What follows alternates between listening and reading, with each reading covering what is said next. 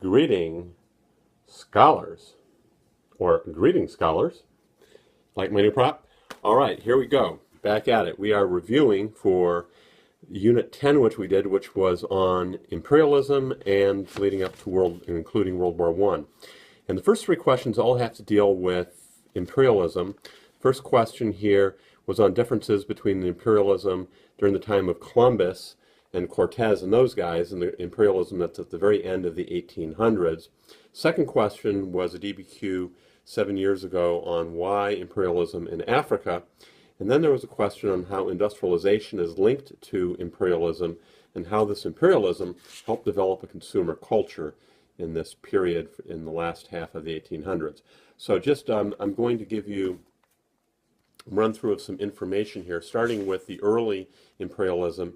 And if I had to sum it up, I would say the early imperialism, the goal here is to control areas so that you can settle your people in those areas, whereas the later imperialism, the goal is to control the native people for the purpose of exploiting them economically, not so much settling your people in that area. Anyhow, here we go, 1450 to 1750. Western Europeans seeking spices, slaves, and gold wanted to bypass Ottoman and Italian middlemen controlling trade with the East. Portugal sought an overseas route to India around Africa. Prince Henry the Navigator set up a school of cartography in Portugal to teach sailing and navigation. Bartolomeo Diaz rounded the Cape of Good Hope, and Vasco da Gama does the same thing, only he keeps going and he reaches India and establishes Portuguese trade settlements in Goa and at Calcutta. Spain sends Columbus to find a water route to India, and he discovers the West Indies. Ferdinand Magellan and Amerigo Vespucci verified that Columbus had indeed discovered a new world. Cortez defeated the Aztecs and Pizarro the Incas, who then are plundered of their gold and silver. And this is going to temporarily make Spain the wealthiest country in the 1500s or the 16th century. Adventure, opportunity, primogeniture, and religious zeal all attracted settlers to the Americas from Spain. And there's that old ditty, God, gold, and glory are motivating the Spanish. Catholic missionaries followed the conquistadores, and Jesuits and Franciscans set up missions. They also set up missions in their Asian colonies as well. English pilgrims will settle in Massachusetts for religious freedom. Puritan dissenters will move out of Massachusetts to Rhode Island, and the English Catholics will go to Maryland, Quakers will go to Pennsylvania. So different religious motivations bringing Europeans to the New World. Aside from gold and silver, mercantilism sought other raw materials for the mother countries in Europe. Sugar made the Caribbean islands sources of great wealth. Diseases killed off most of the Indians, who were replaced by African slaves. Tobacco, rice, and eventually cotton were produced on plantations or Spanish farms, which were called encomiendas, and they later get renamed haciendas. The triangle trade grew between North America, Africa, and the Caribbean. The Treaty of Tordesillas divided the new lands between Spain and Portugal. Wars were fought between England and the Netherlands and France in the New World. The War of Jenkins' Ear was fought over English trading rights in the Caribbean, and this is called the Asiento. Okay, comparing this all with later imperialism, 1850 on, the new imperialism was characterized by European assumption of direct control over indigenous peoples rather than indirect control over immigrant settlers. The new imperialism was greatly influenced by European ideas of racial superiority, cultural superiority, and social Darwinism. Many Europeans assumed a civilizing mission illustrated in Kipling's poem, The White Man's Burden. Europeans demanded the right of free trade overseas. For example, in the Opium Wars, there was the fight to basically push narcotics on the Chinese, on China. The British demanded control of Hong Kong and rights of extraterritoriality. That's where the Chinese could not prosecute British citizens in Chinese courts. And the British demanded access for British trade goods, namely the aforementioned opium. European settlement was driven by desire for overseas trade. In India, finished cotton products were forbidden to be produced by Indians, while British textiles were sold to the Indians. Lenin argued that imperialism was the natural next step an exploitive and oppressive capitalism, relentlessly seeking new markets to control. Investments in infrastructure were made to ensure easier passage in areas under European control. For example, the Suez Canal was built by the British in Egypt, and the Panama Canal was started by France, although it was not completed by the French. The Americans did the final construction. Cecil Rhodes envisioned a Cairo to Cape Town railroad. Germany financed the construction of a Berlin to Baghdad railroad in the early 1900s, threatening the British position there at the Suez Canal. After the Napoleonic Wars, France and Britain competed with other nations for colonies in Africa, and this is called the Scramble for Africa.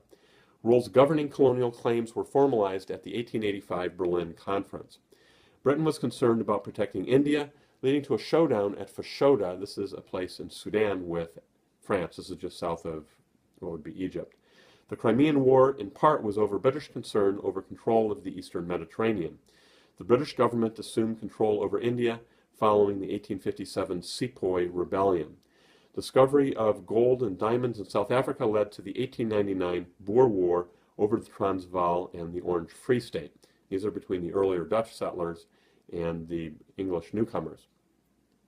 European rule in Africa was more indirect under British rule, especially compared with France. And what this means is the British ruled through local rulers, did not try to force their culture as much, weren't in the way as much, where the French were more at a local level and trying to sort of civilize the Africans by making them learn French and French history and French philosophy and all that. So the French were more intrusive.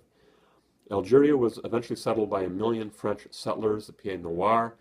Belgian King Leopold's control over the Congo was marked by brutal rule as he amassed a fortune in ivory and in rubber. German popular pressure to expand in Africa conflicted with Otto von Bismarck's reluctance to do so.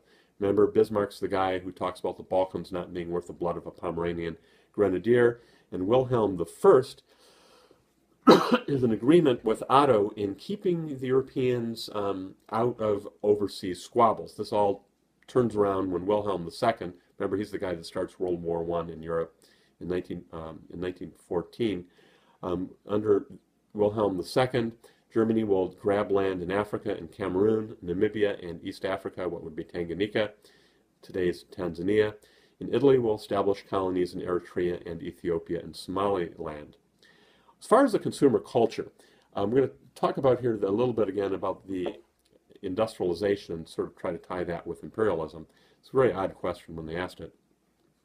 During this time period, Europe does see industrialization. There's widespread adoption of industrialization for mass production.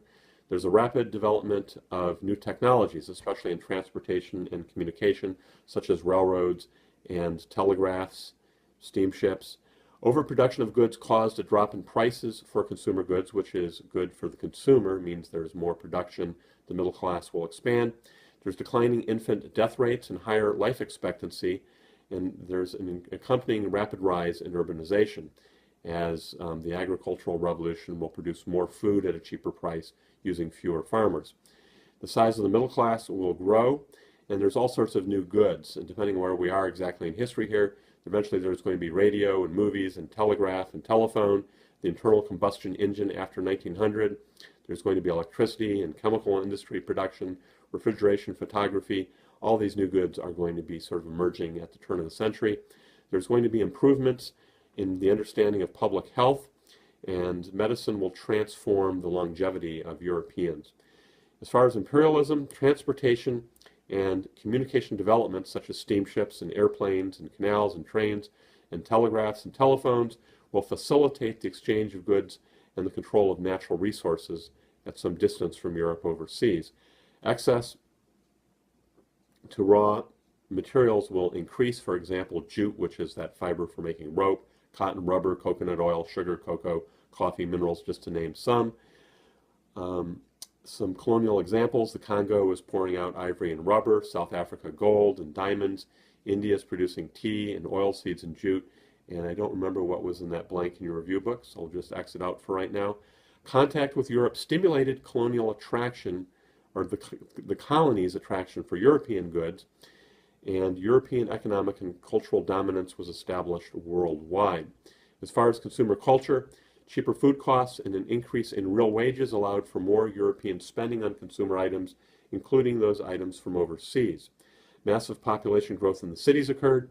Leisure time increased with increased standard of living for the growing middle class. Improvements in literacy and education stimulated the desire for cultural products. Growing cities for transportation built streetcars and subways underground. Parks and green spaces were developed. Broad avenues and lighted streets were featured. Realist painters portrayed urban culture, real wages, and disposable income, that's what you can spend after you've fed and clothed, sheltered yourself, increased among workers. The cult of domesticity encouraged spending on household items. There was a greater focus on appearance. Europeans invested in status symbols, clothing, beach houses, going to concerts and listening to operas. There was travel and buying of books and meals and entertaining and furniture and women's fashion. Dance and music halls expanded. Michelin travel guides promoted adventure abroad. There were world fairs, organized expositions to highlight European technology. There was the growth of professional sports, and you see that with rugby, cricket, auto racing, and again, this modern professional sports with disposable income. Bicycling, hiking, touring was popularized overseas and in Europe. Advertising and marketing sold products based on image and status. And sort of tying this in here, this last sentence here, overseas textiles and carpets and furniture and porcelains and ivy were popular, as well as Oriental and African themed items. And all these items are purchasable. They're affordable because the middle class is growing. They're consuming these status items, these items that you can eat them, you can display them, you can wear them. These goods that are coming from overseas have a ready market. So all these things are kind of tying in together during this time period. Question 4 and 5 are talking about the Austrian Empire compared to some other empires. Do see earlier notes on Austria, and they're someplace earlier in this review booklet. The Congress of Vienna and Metternich planned to rebuild a conservative post-Napoleonic Europe, and they were largely successful. Conservatism pretty much rules Europe for 100 years until we get to World War I, which is 1914. Remember, the Congress of Vienna is 1815, so very conveniently you have almost exactly spot on 100 year here of relative peace. The revolutions of 1848, which temporarily saw the takeover of Vienna and Budapest, saw this until the Austrian army, with help from Russia, suppressed the rebels.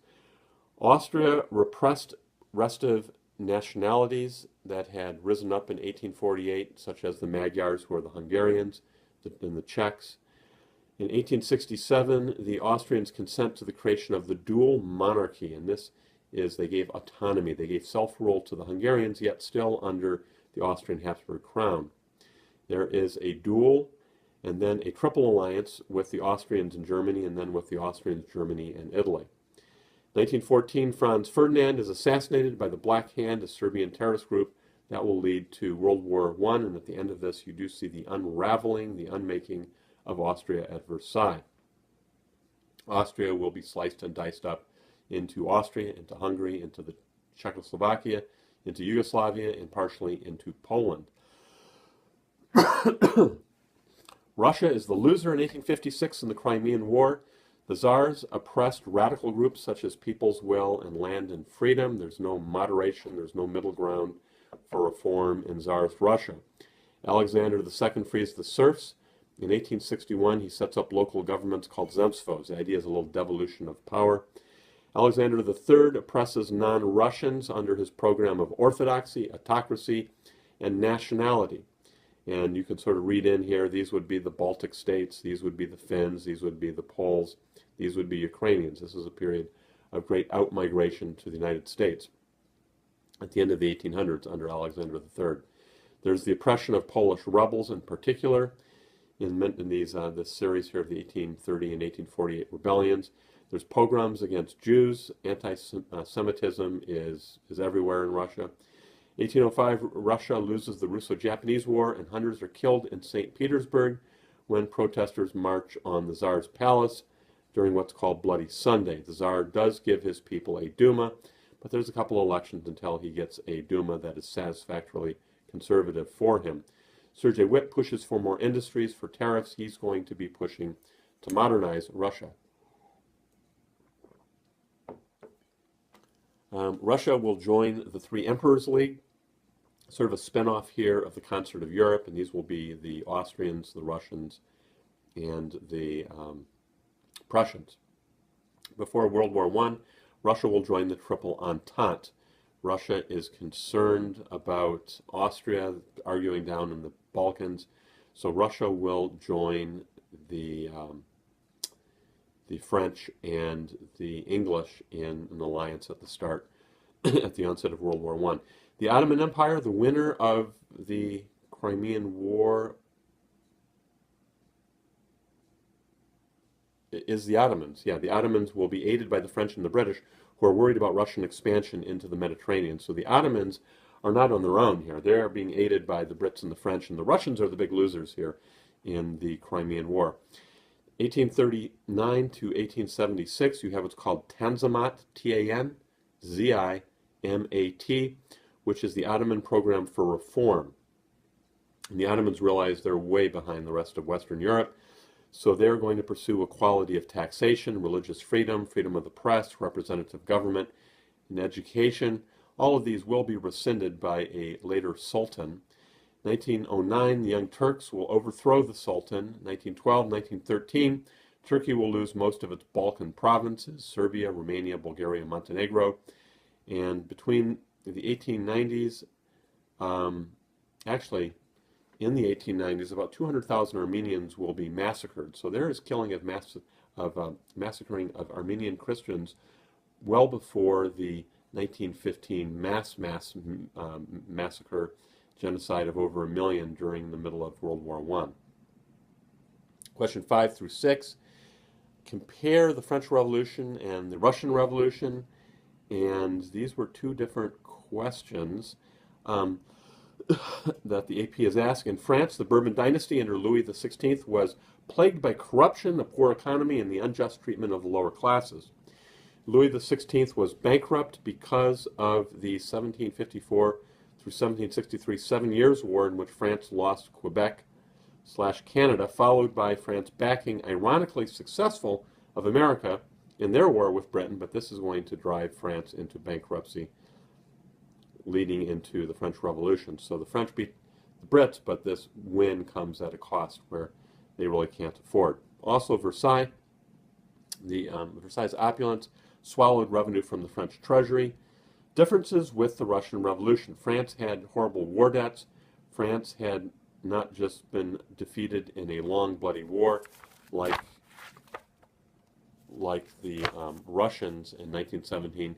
And France's revolution was encouraged by philosophers of the Enlightenment. These are reformers seeking to bring essentially participatory government and limiting the church.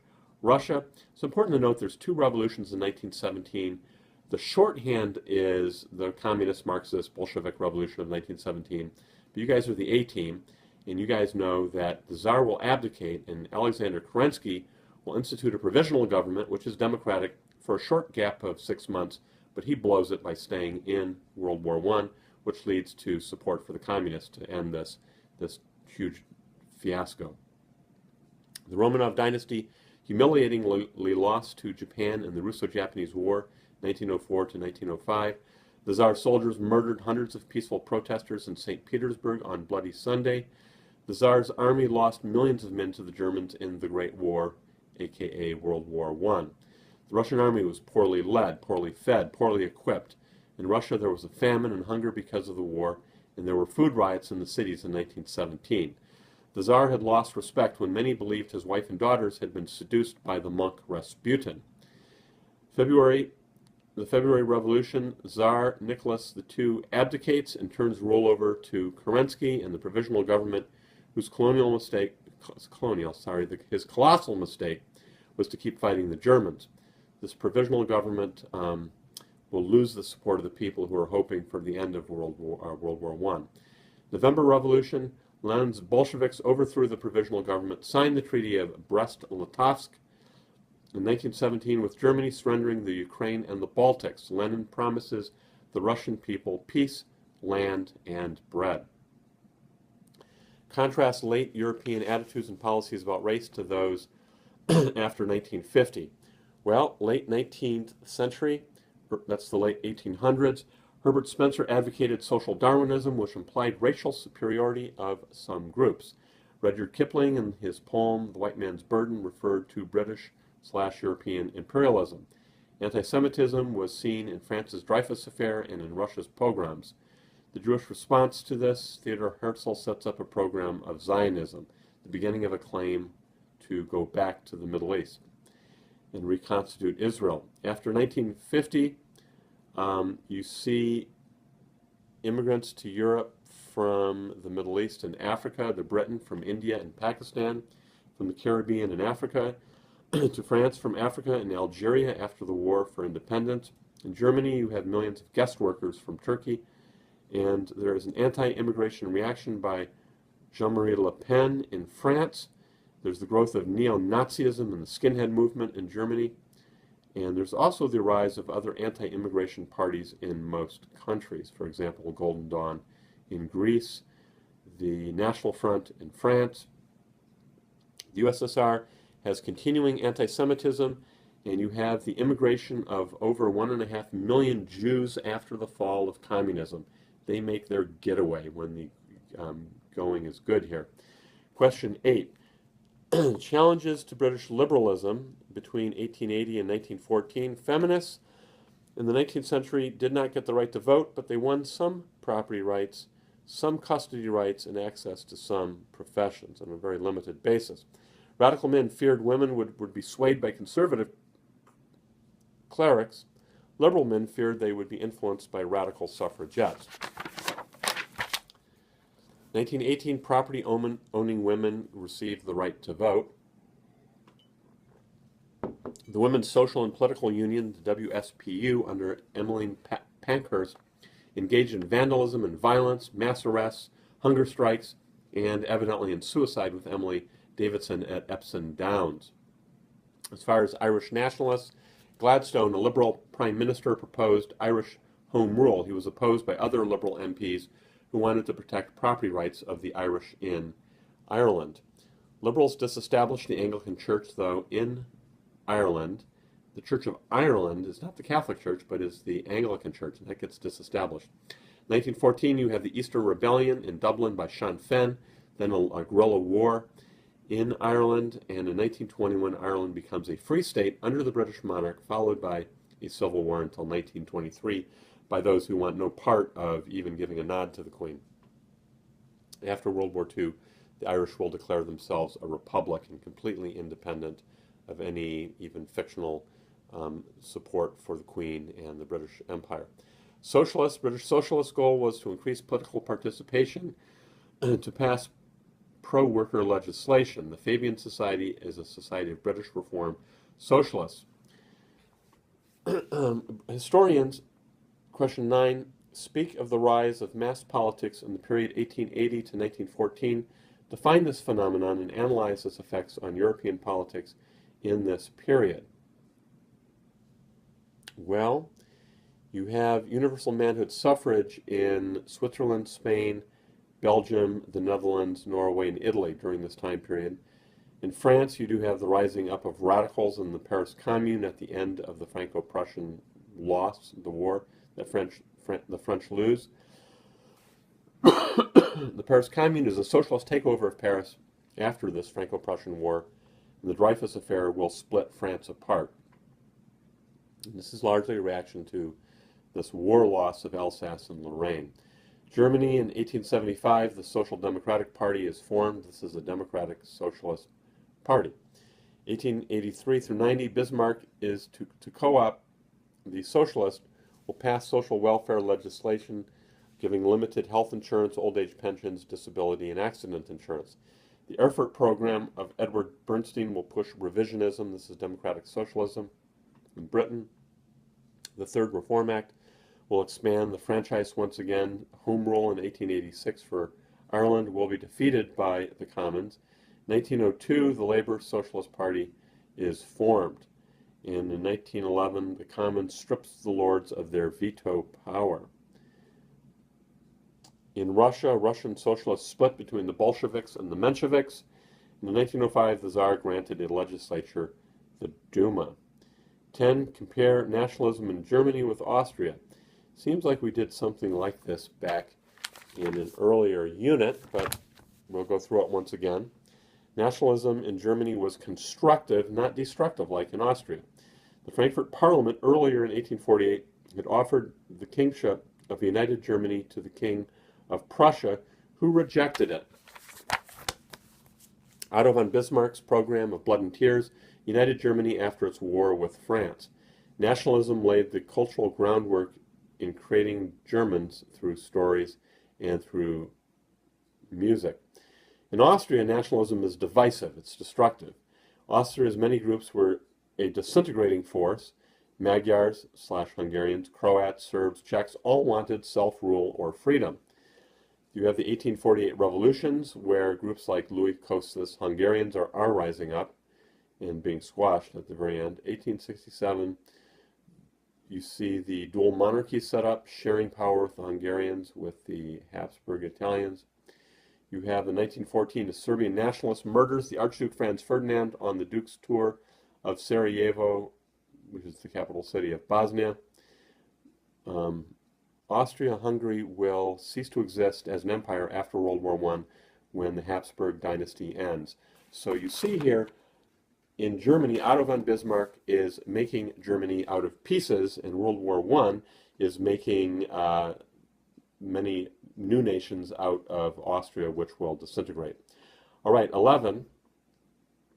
It says, compared to the extent to which the French Revolution and the Russian Revolution changed the status of women. Oh, yay, a feminist question here for the politically correct AP Historical Academy here. The French Revolution, even though Olympe de Gouges wrote the Declaration of the Rights of Man and Women, French women did not receive legal equality or the right to vote. Lady Liberty became a symbol of the revolution, and significantly, the March on Versailles, these fishmongers, these market women, will march the baker, the baker's wife, and the baker's little boy, this is the king and the queen and their child, from Versailles to the Tuileries Palace. You have Charlotte Corday, who assassinates Marat in his bathtub, and you have Marie Antoinette, who will die at the guillotine. The Russian Revolution, you have Alexander Kolanyi, is this famous Russian feminist who advocates the absolute equality of Russian women. She criticizes marriage as an oppressive state that would also wither away with the state under communism. Women in communist Russia have equal suffrage and legal equality, access to universities, and they will have access to contraception and abortion. About 50 to 70,000 women will fight with the Red Army against the whites during the Russian Civil War. Question 13, factors that affect the changing balance of power from 1848 to 1914. You could talk, and I gave you a question on the change of the balance of power between 1763 through 1848, and that would be the French and Indian War, which the French lose, the American Revolution, which the English lose, the French Revolution, which is going to do a lot of things here in Europe. It's going to seesaw back and forth, and then the French will lose when Napoleon is shipped off to Elba and then St. Helena, and then you have this conservative order reconstructs Europe. Picking up from there, in 1830 and 1848, you have these revolutions, these nationalist liberal uprisings that are successfully repressed. The Crimean War will put Russia in its place. The Risorgimento is this Italian unification, which will end in 1871 with the United Italy. Germany's program of blood and iron will end with the Franco-Prussian War, defeating the French and taking Alsace-Lorraine. 1914 will be the beginning of World War I, or the Great War. Also on the table, overseas imperialism benefits some countries more than others and made Germany insecure and jealous under Wilhelm II. So there you have it. That's our review of imperialism and World War I. And well, when we cover World War II, they do ask the significance of Versailles. Remember, Versailles is this terribly unjust peace settlement that's imposed upon the Germans that will give rise to dissatisfaction with the Weimar Republic and will give fertile soil for Hitler and the Nazis um, to, to demagogue and bring the Germans over onto their side to sort of attack their neighbors and bring justice and dignity back to Germany. And the Versailles is often compared to the success in how Germany is treated after World War II. Germany is brought into NATO, Germany is brought into the Fellowship of Western Nations, and the Marshall Plan will help rebuild Germany. But looking at our question here, going back to the Congress of Vienna, the conservatives will keep Germany divided and therefore for weak, and conservatives will be preeminent in Europe from the Congress of Vienna in 1815 all the way up until the end of World War I. So, once again, greetings, scholars, and goodbye, scholars. I guess I need another sign here. I will see you later. Study on.